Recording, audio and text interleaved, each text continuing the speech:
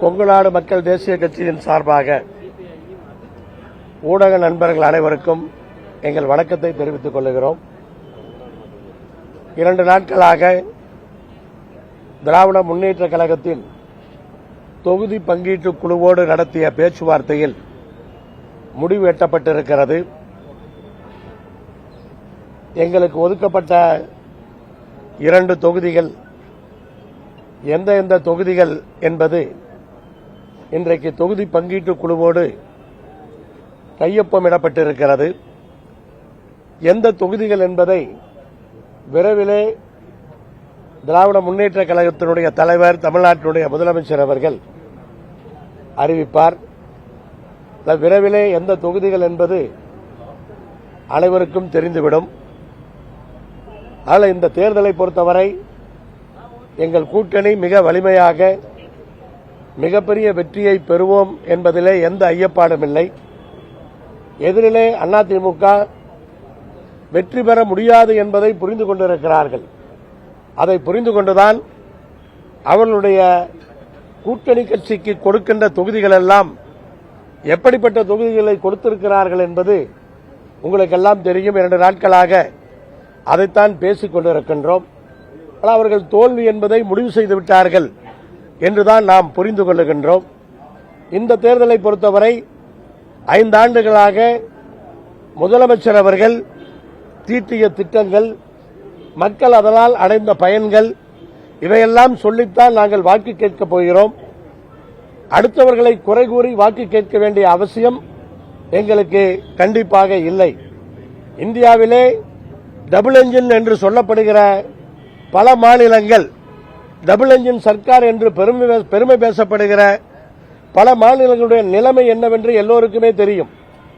மக்களுடைய வாழ்வாதாரம் எப்படி இருக்கிறது அந்த மாநிலங்களிலே என்பது எல்லோருக்கும் தெரியும். தமிழ்நாட்டிலே வேலைக்காக பல மாநிலத்தை சார்ந்தவர்கள் வருகிறார்கள். உயர் அதிகாரிகள் கூட அவர்களுடைய வேலைக்காலம் முடிந்த பின்னால் தமிழ்நாட்டிலேயே தங்குவதைத்தான் நாம் இன்றைக்கு பார்க்கின்றோம்.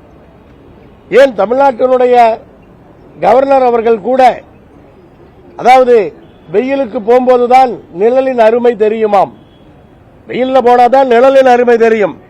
அதை போல தமிழ்நாட்டில் இருந்துவிட்டு இங்கு ஏதேதோ நமக்கு தொடர்ந்து தொல்லைகளை கொடுத்துவிட்டு அங்கே மேற்கு வங்காளத்திலே சென்று சொல்லுகின்றார், தமிழ்நாட்டிலே பெண்களுக்கு இருக்கிற பாதுகாப்பு இந்தியாவிலே எங்கும் கிடையாது என்று சொல்லுகிறார்.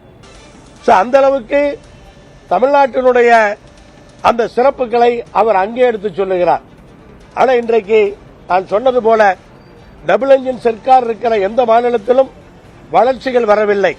தமிழ்நாட்டினுடைய முதலமைச்சரை பொறுத்தவரை அவர் டபுள் என்ஜின் என்று சொல்லுவது, பாரதிய ஜனதா கட்சி மத்திய அரசு ஒரு என்ஜின் என்றும் மாநில அரசு ஒரு என்ஜின் என்றும் சொல்லுகிறார்கள்.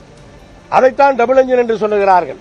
ஆனால் தமிழ்நாட்டினுடைய முதலமைச்சர் ஒரு குடும்பத்திலே ஆண் ஒரு என்ஜின் என்று சொன்னால் பெண் இன்னொரு என்ஜின் என்று சொல்லுகிறார்.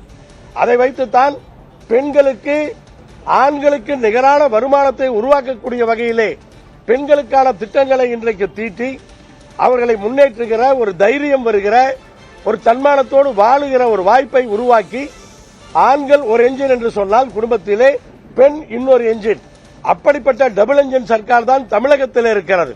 ஆனால் இன்றைக்கு அதனால்தான் தமிழகம் இவ்வளவு முன்னேறி இருக்கிறது என்பதை நாம் புரிந்து கொள்ள வேண்டும். ஆனால் வருகிற தேர்தலிலே இதுவெல்லாம் எங்களுக்கு வாக்குகளாக மாறும். மிகப்பெரிய வாக்குகள் வித்தியாசத்திலே அனைத்து தொகுதிகளிலும் நாங்கள் வெற்றி பெறுவோம்.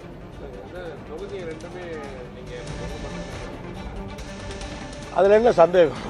கொங்கு மண்டலத்தில் நான் தொகுதி கேட்பேன், அவங்களும் கொங்கு மண்டலத்தில் தான் கொடுப்பாங்க. எனக்கு திருநெல்வேலியில் நான் கேட்கவும் மாட்டேன், அவங்க கொடுக்கவும் மாட்டாங்க.